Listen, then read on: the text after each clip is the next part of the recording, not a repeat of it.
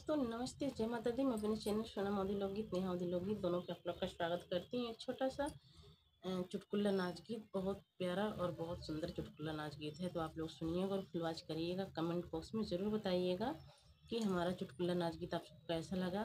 बहुत बढ़िया चुटकुला नाच गीत है, आप सबके लिए लेके आई हूँ, तो आप लोग सुनिएगा और कमेंट बॉक्स में ज़रूर बताइएगा कि हमारा चुटकुला नाच गीत आप सबको कैसा लगा। तो चलिए मैं सुनाती हूँ, आप लोग सुनिए और अपना आशीर्वाद प्यार दुलार जरूर दीजिएगा। हमारे चैनल पे आप सभी भाई बहनों से रिक्वेस्ट है। तो चलो हम सुनावत है, आप लोग सुने। हमारी झूलनिया हजार पाती कवन टोना लगवलस भतार काटी, कवन टोना लगवलस भतार काटी। हमारे झूलनिया हजार पाती कवन टोना लगवलस भतार काटी, कवन टोना लगवलस भतार काटी।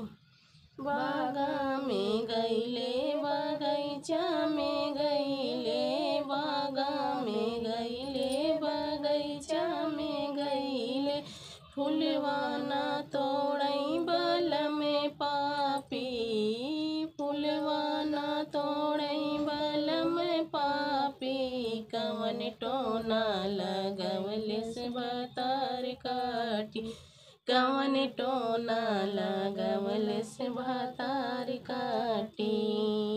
हमरे झूलनिया हजार पाती कवन टोना लगवलस भतार काटी, कवन टोना लगवलस भतार काटी।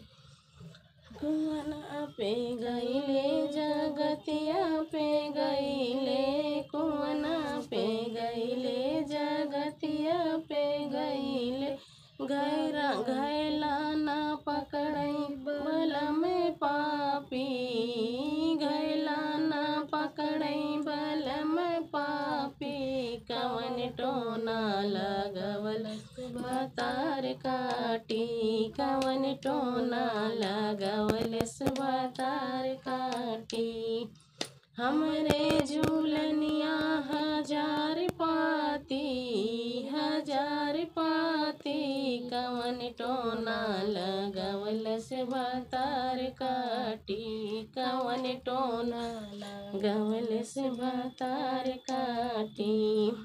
महला पे गईले दू महला पे गईले, महला पे गईले दू महला पे गईले, खिड़की न झाँकई बल में पापी, खिड़की न झाँकई बल में पापी, कवन टोना लगवलस भतार काटी, कवन टोना लगवलस भतार काटी।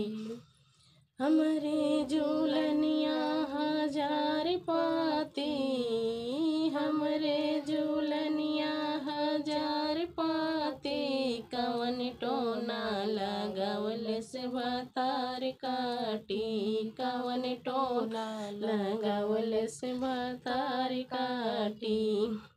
फूलही बिनी चुनी से जिया लगाए, फूलही बिनी चुनी से जिया लगाए, से जिया न सूतई बल में पापी, से जिया न सूतई बल में पापी, कवन टोना लगवलस भतार काटी, कवन टोना लगवलस भतार काटी। हमरे झूलनिया में हजार पाती, हमरे झूलनिया हजार पाती कवन टोना लगवलस भतार काटी, कवन टोना लगवलस भतार काटी। तो दोस्तों आप लोग सुनिएगा और कमेंट बॉक्स में ज़रूर बताइएगा हमारा गीत कैसा लगा।